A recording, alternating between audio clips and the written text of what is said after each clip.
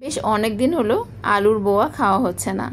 আসলে আমি এখন যে এলাকায় থাকি সে এলাকাটাতে গ্যাসের অনেক বেশি প্রবলেম হচ্ছে, যে কারণে মন চাইলেই হুটহাট কিছু বানিয়ে খেতে পারি না। আর আলুর বোয়া বা যে কোনো ধরনের বোয়া খেতে গেলে কিন্তু হরেক রকমের ভর্তা ছাড়া জমেই না, নাকি বলেন? ভিডিওটা হচ্ছে ঈদের বন্ধ যখন দিয়েছিল ঠিক তখনের। তো তখন আবার একটু গ্যাস ছিল, তো ভাবলাম আজ হচ্ছে যেহেতু গ্যাস আছে তো আমি আজকে বোয়া রান্না করি। তো এদিকে হচ্ছে আমি 1 পট চাল নিয়ে নিলাম, সাথে 1 মুঠ দিয়েছি মসুরির ডাল, আর 4টা মাঝারি সাইজের আলুকে কুচি করে নিয়েছি। দিয়ে দিলাম কিছু কাঁচামরিচ কুচি, দিয়ে দিলাম কিছু রসুন কুচি, দিয়ে দিলাম কিছু পেঁয়াজ কুচি, দিয়ে দিলাম লবণ, সামান্য একটু ধনিয়ার গুঁড়া, সামান্য তেল। সামান্য তেল বলতে এখানে আমি 2 টেবিল চামচের মতো তেল দিয়েছি। তো এরপর সব কিছু খুব ভালোভাবে হাত দিয়ে মেখে নেব।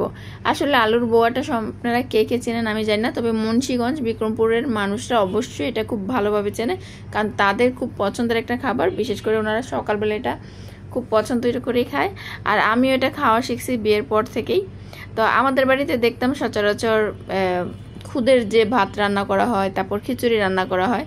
তো বিয়ের পরে হচ্ছে এটা খাওয়া শিখছি আমার শ্বশুরবাড়ি থেকেই। আর আমার হাজবেন্ড কিন্তু মাঝে মাঝে এটা বানিয়ে দিলে অনেক বেশি খুশি হয়। তো বউয়াটা বলক চলে আসছে, আমি হচ্ছে চুলাটা এখন ডিম করে দিয়েছি। এদিকে এখন হচ্ছে আমি ভর্তা বানানোর জন্য কিছু মরিচ ভেজে নেব।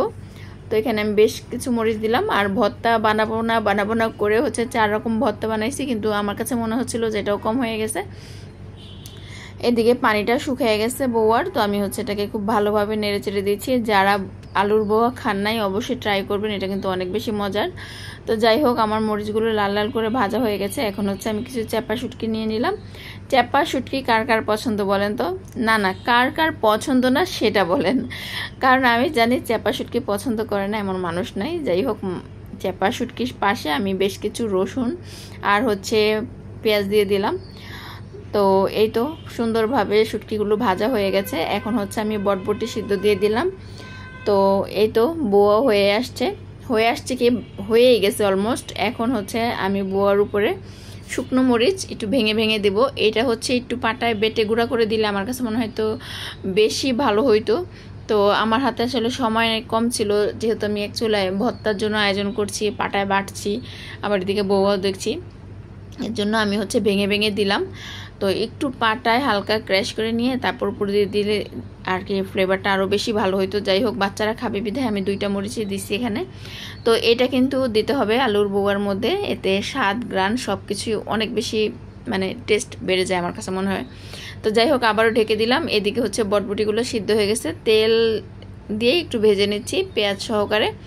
আর এপাশে চুলায় দেখেন আমি ভেন্ডি মানে ঘরে যা ছিল তাই দিয়ে আর কি সব আয়োজন করছি। ভেন্ডিও ভর্তা করব, তো ভেন্ডিটাকেও সিদ্ধ করে নিয়েছি।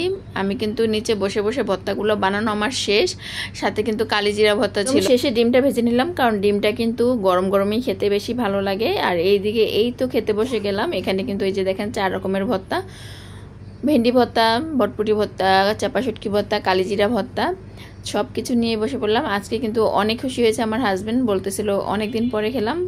অবশ্যই আপনারাও ট্রাই করে দেখবেন। ভিডিওটা ভালো লাগলে শেয়ার করে আমার পেজের পাশেই থাকবেন। আল্লাহ হাফেজ।